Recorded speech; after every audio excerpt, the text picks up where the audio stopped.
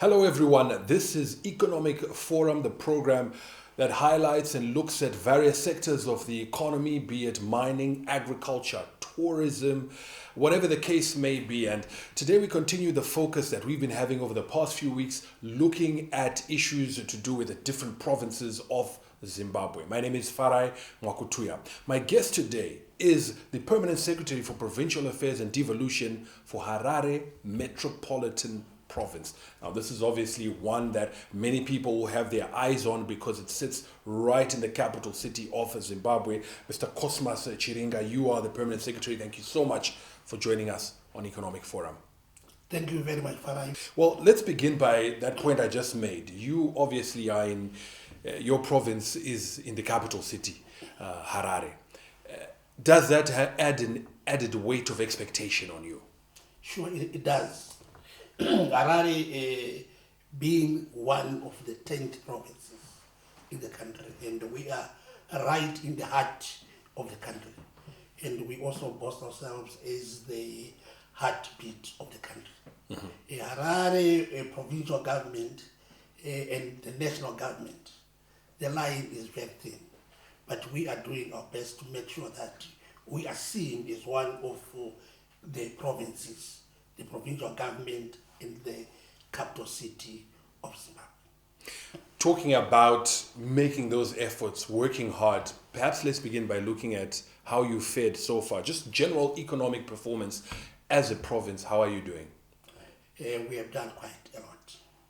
And I owe that to His Excellency, the President of the Republic of Zimbabwe, for his clarity in his policies, and also in line with the devolution that is also enshrined in our constitution. We have done quite a lot in the social services in Harare, and also in the infrastructural development.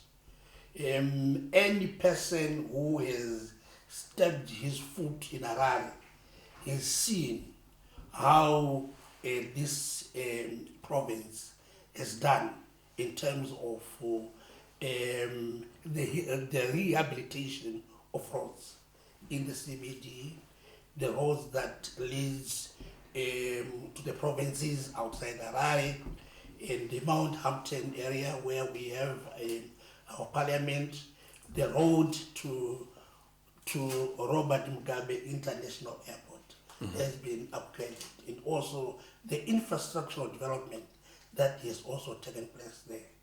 And otherwise, we boast ourselves, if we look in the region, otherwise we can only compare ourselves with South Africa. A lot has been done in terms of upgrading our airport.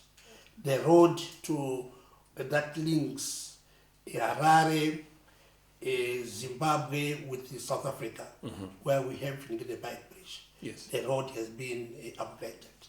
Upgraded with also a major development, which also is a major development that we are proud of, the Babras, the one of its kind, the first one to be implemented in the independent Zimbabwe. And we owe that to His Excellency, the President of Zimbabwe, and the Zimbabweans themselves, as the President alluded to, that the people who constructed that Babras, the interchange, are Zimbabwean engineers and also Zimbabwean companies. So we are very happy about that. Our roads that also lead to our high density suburbs, medium, we've seen a major shift from the CBD to repair also the road that leads to the other suburbs from the CBD. I'm also very happy as the Permanent Secretary for Harare Metropolitan Province in terms of the initiative that our government has taken in the housing sector. We have seen the private sector. Our President has said, in fact, the role of government is to create a conducive environment for the private sector to come in. And we have seen that yielding some positive results. Mr. Chiringa, you've obviously talked about that infrastructure, roads, the interchange. I'm sure those have also come with ancillary benefits, so employment creation and all those sort of things. How have all those contributed to the economy of the province? And perhaps you can also give us some statistics in terms of economic performance. We've seen a number of people being employed in those projects that I have talked about or alluded to. A number of people have been employed, even those in the technical area. I was making reference to the engineers who built the roads in the CBD, the roads even to the new parliament, our airport, and so forth. Even the general people benefited. As a result, you can see that our contribution to the national development, to national GDP, Harare is standing at 23. We are contributing more as we compare with the other provinces. So there is no way you can say Harare is not working. And I think the president is very happy when he reads those statistics. 23%. 23% is Harare. Topping the charts. Topping the provinces. Okay. And also even the GDP per capita, according to the 2024 ZimStat statistics, I think standing at 3240, which means we are almost there. Before we even get to 2030, Harare, we are proud, we can brag ourselves that we are moving. The traction can be seen. That we are working very hard. Let me stop you there, Mr. Chiringa. We need to take a short break, but we'll continue this discussion. It is Economic Forum today. We are talking to the Permanent Secretary for Provincial Affairs and Devolution for Harare Metropolitan Provinces. Stay with us. We'll be back shortly.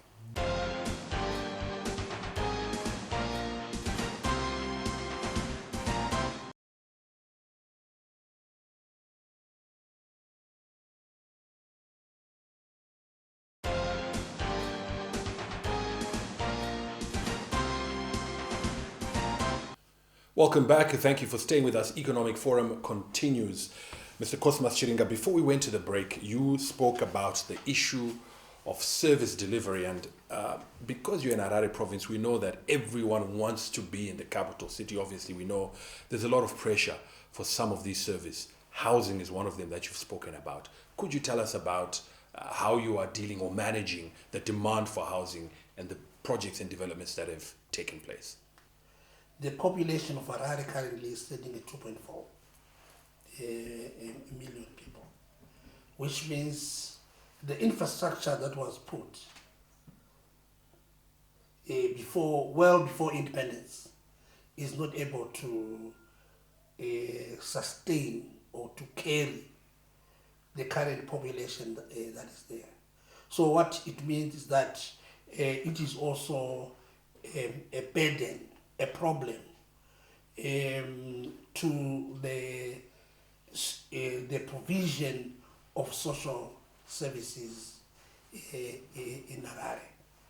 But well, as the provincial government, I think we are doing our best to make sure that those problems are attended to. Meetings are being held.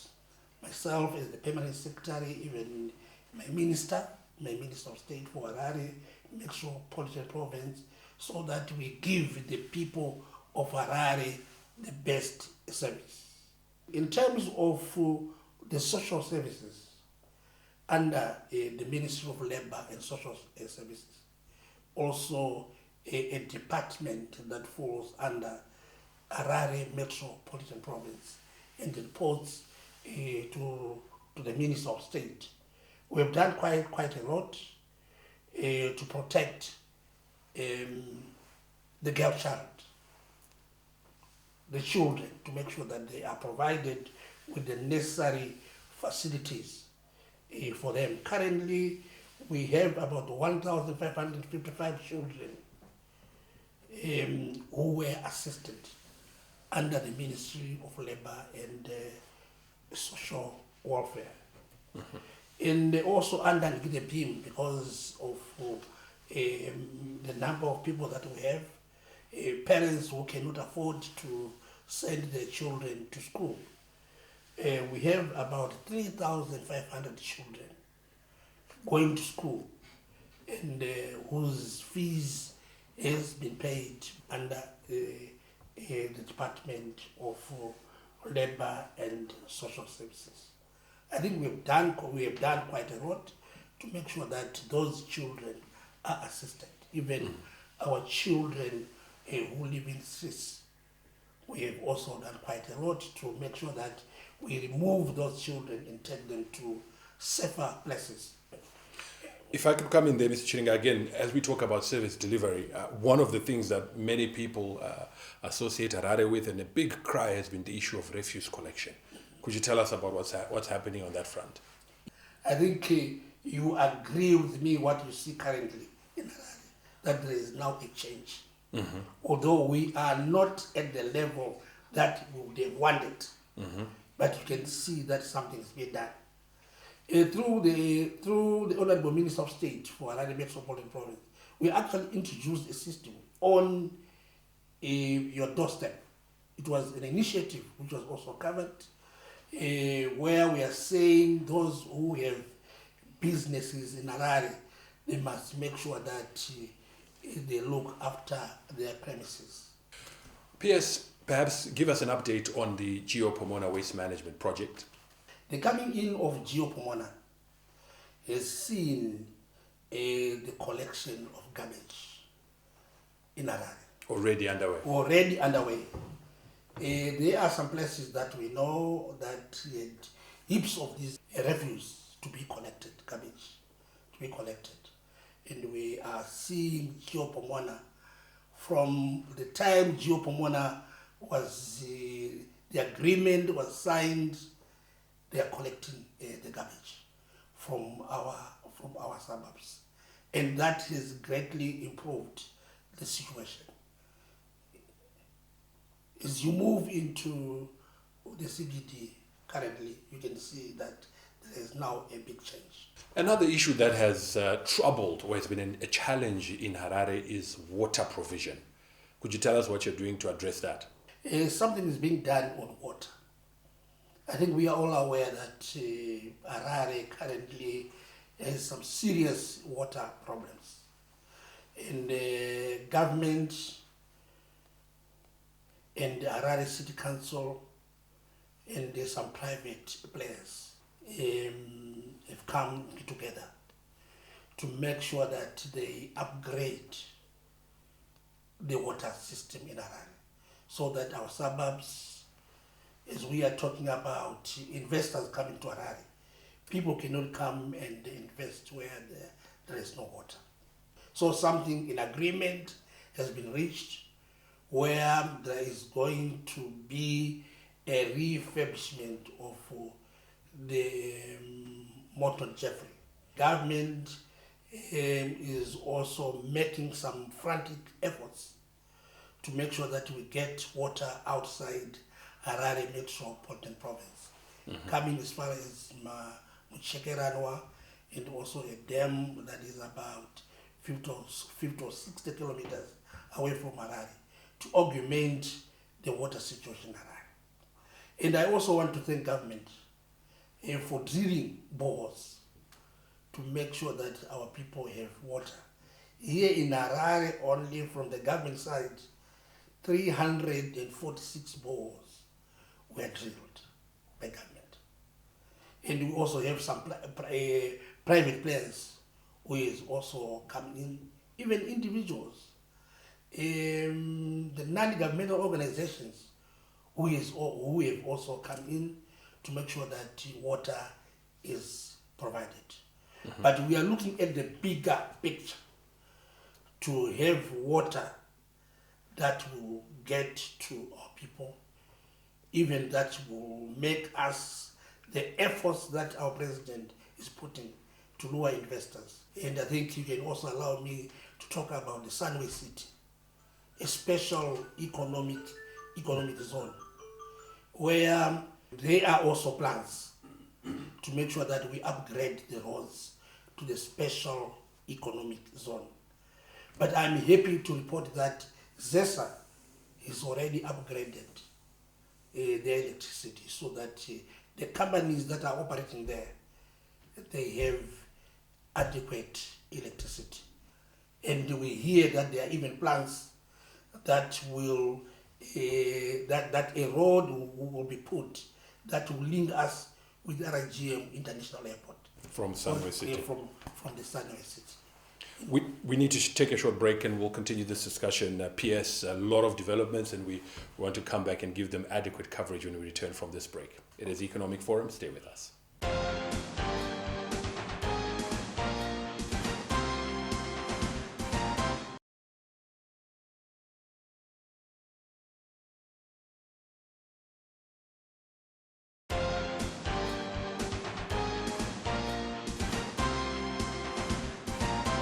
Welcome back. This is Economic Forum. Now, PS, before we went to the break, you obviously, and throughout this program, have made mention of the fact that as a provincial government, you are engaging and bringing on board private players, the private sector, which is crucial because we also know as provinces, you are trying to attract investment to your provinces.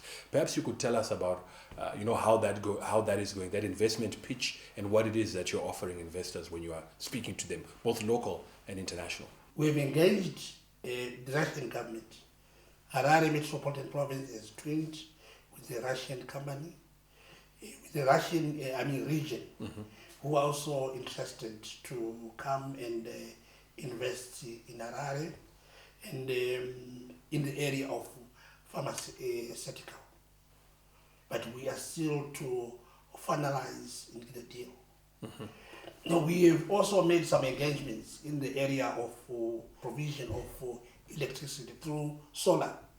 I think as Harare Metropolitan Province, we have engaged, I think, about 3 companies that we have held meetings with, even inviting ZEDA to come and assist us so that we can actually improve in the area of electricity. I touched a little bit on the issue of the youths in the province. That's a very critical area that we are also concerned. A very big demographic. A very big demographic. And my minister is very passionate about it. We have assisted quite a number of my youths, even some in school. And in that area, again, we have what we call the business units in the province. And these ones are basically for the young people, where they are assisted through Ministry of Lands and Agriculture. We've actually assisted aides in office and making sure that they have some guidance at those business units, and poles have been drilled to some of the business units. Our youth in Harare, they are Mombes in Marondera, and for quite some time. And that issue has been resolved and they've been allocated. So the youth have benefited from that scheme that came from His Excellency the President. So let me just ask there, I mean, you've mentioned the business units, these empowerment programs. A lot of the time we think, or people say, that's just talk. So are these tangible projects actually running, and are youth generating income from these? Sure. These are tangible programs that we can actually go and see them on the ground, and where you can actually hear from the youth themselves, who are also appreciated. And I also want to applaud the Ministry of Women Affairs. They have done quite a lot in terms of training. Even my office, through the Minister of State, has actually caused some courses to be done for the youth in Harare. So a lot is being done, and also some funding even coming from the Women's Bank after training. Even our institutions of higher learning, like the Harare Polytechnic, has done quite a number of these courses, short courses. You mentioned that there's a need to attract investors. You've spoken about the infrastructure that has been addressed, water, roads, and things like that. But we also know that in the future, where we are going, another important pillar of infrastructure that is required is technology. So we know the digital economy is one of the pillars that will underpin Vision 2030. In Harare, could you tell us, or Harare Metropolitan Province, could you tell us the state of the digital economy, internet penetration, access? Are people utilizing these technologies and making the most of them? What we have done in Harare to embrace IT, we have a thematic working group that is the digital economy committee, and is also chaired by the Ministry of ICT. It's our level at provincial level, and also deputized by someone from the private sector, where we have our universities, the University of Zimbabwe, HIT, and even some private organizations who are also into ICT. So that committee is there, and I've had an opportunity to actually address them, and is a subcommittee of the provincial economic development plan. So a lot has been done in terms of publicizing the importance to embrace ICT. We all agree that even all the economies that we are seeing developing is through IT. So a lot has been done to reach people out there, even different organizations, so that the issue of IT is taken seriously. Mm-hmm. Becomes embedded in almost everything that's done. Yes, sure. Indeed. We are out of time, but I would have loved to continue this discussion, and it means that we must bring you back in future to come back and talk more about what's happening in Harare Metropolitan Province. But I want to thank you so much, PS Cosmas Chiringa. Thank you so much. And that does it for this edition of Economic Forum. My guest has been the Permanent Secretary for Provincial Affairs and Devolution for Harare Metropolitan Province, Mr. Cosmas Chiringa, updating us and highlighting some of the developments taking place in the province, obviously the main driver of GDP, as we've heard. But we certainly look forward to continue this coverage and bringing in more province to find out the developments taking place there. That does it for Economic Forum. Our digital and social media platforms are appearing on your screen right now. We encourage you to engage with us, to follow us, and to speak to us. We'd love to hear from you. From me, Farai Makutuya, and the rest of the team behind the scenes. It's bye for now, and see you next time.